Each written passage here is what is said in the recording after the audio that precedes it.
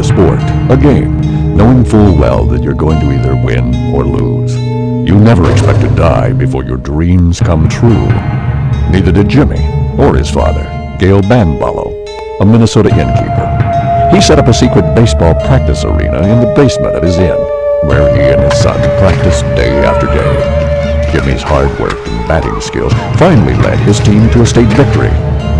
It started out a crisp spring day, but before Jimmy could go outside to play, he and his dad went downstairs to bat the ball around a few times. Upstairs, some teenagers had been playing with fire, turning the inn into a raging blaze that was soon out of control.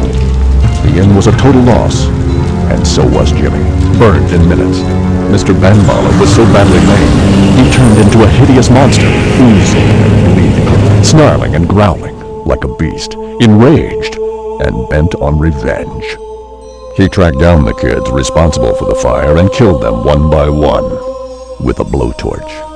That wasn't enough for Banballo. He won't leave his inn or his memories, so there he waits, in ambush.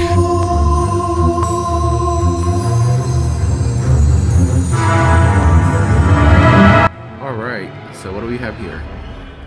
This is my newest frustration. It is called ILLBLEED. It's on the SEGA DREAMCAST. And I remember playing this game like 25 years ago. I rented it once from a video store, and I didn't get very far in it. I remember turning it off rather quickly and just not being into it. It's not until now that I realized why I did that. So 25 years later, I'm trying it again just to see like what it's about. And basically, you have to survive all these fun houses. The idea is to keep your heart rate below a certain amount, because if it gets too high, you die. So you don't have like a health meter, like a traditional health meter. It's just, you know, how scared are you at the moment. But here's the problem. There doesn't seem to be a very good interact button. You're told to like disarm stuff, you know, figure out these traps before you come to them. But the only action button you have is the A button on the SEGA Dreamcast. And either you press it, and it tells you that there's nothing of significance there, or B, you get so close to something that the trap triggers and then boom, your heart rate goes up like that. So there's no clear definitive way of like finding out what is a trap before you get to it. You simply have to spring the trap.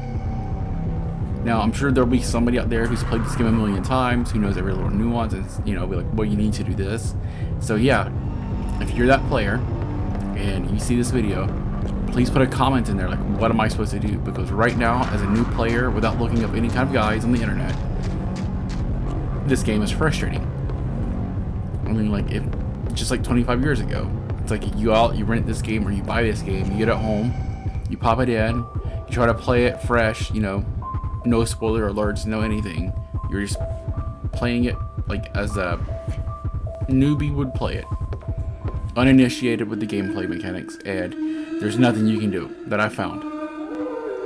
You can go into a first-person view and look around, but as far as like I said, detecting things, there's no glimmer, there's no shiny things, and even if there were, stuff happens before you can deactivate them. So again, it's a futile endeavor.